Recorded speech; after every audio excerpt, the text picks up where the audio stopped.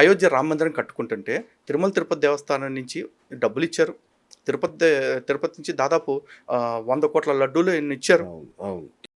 మరి షిరిడి సాయి సంస్థాన్ ట్రస్ట్ నుంచి అయోధ్యకి వెళ్ళి లాంఛనాలు ఏంటో చెప్పమానండి. ఎందుకు పంపించలా? పోనీ షిరిడి సాయి సంస్థాన్ని ఇప్పటికన్నా బయటకు వచ్చి మాది ఫక్తు హిందుత్వ సంస్థ, ధర్మాన్ని కాపాడుకోవటం కోసం మేము ఉన్నాం అని చెప్పమానండి. నా నోరు ఒక్క దెబ్బలో మూపించేయచ్చు కదా. నేను ఇప్పుడు క్రిస్టియన్స్తో డిబేట్ చేస్తున్నా, ముస్లిమ్స్తో డిబేట్ చేస్తున్నా, నాస్తికులతో డిబేట్ చేస్తున్నా, కమ్యూనిస్టులతో డిబేట్ చేస్తున్నా, హిందువులతో కూడా కాదు కదా, అందరితో డిబేట్లు చేస్తున్నా, అందరితో ఎదురు కూర్చొని మాట్లాడుతున్నాం. మరి ఈ సాయిబాబా సంస్థాన వాళ్ళు మాత్రం మా ఎదురుగా వచ్చి కూర్చుని ఎందుకు మాట్లాడకుండా మా మీద కేసులు పెట్టి బెదిరించాలని చూస్తున్నారు. మాతో కూడా మాట్లాడి, ఆ బాబు నాయన మీరు తప్పుగా ఫీల్ అవుతున్నారు, సాయిబాబా ముమ్మాటికి 100% హిందువే, ఇదిగో కావాలంటే మా దేవాలయాలు, మా దర్గా ఏదైతే ఉందో సాయిబాబా దర్గా, దీని బైలాస్ చూసుకోండి ఒకసారి అని చెప్పేసి చూపించమనండి. ఆ ఉత్తరాఖండ్ నుంచి నేను దాన్ని దర్గాని కాకుండా దేవాలయం పిలవకపోతే చూడండి.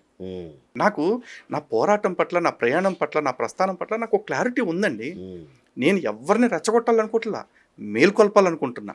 కానీ కర్మగాలి ఇది హిందువులకు సంబంధించింది కాబట్టి మిగతా వాళ్ళు హిందువుల్లో ఉండే కొంతమంది ద్రోహులు, అంటే హిందువుల్లో కొంతమంది కాదు, హిందువుల్లోనే ఎక్కువ మంది ద్రోహులు ఉన్నారు మనకి.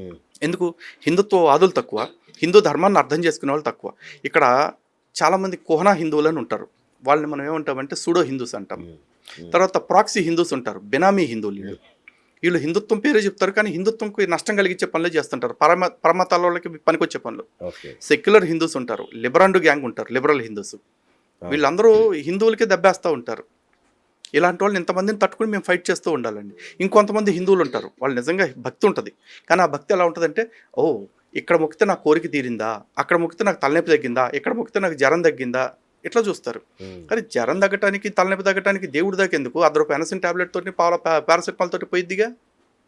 కాదు, వాళ్ళ మాయల్లోకి చిక్కుకుని మత మార్పిడి కూడా అయిపోతూ ఉంటారు ఇట్లాంటి దుర్మార్గాలు నమ్మి.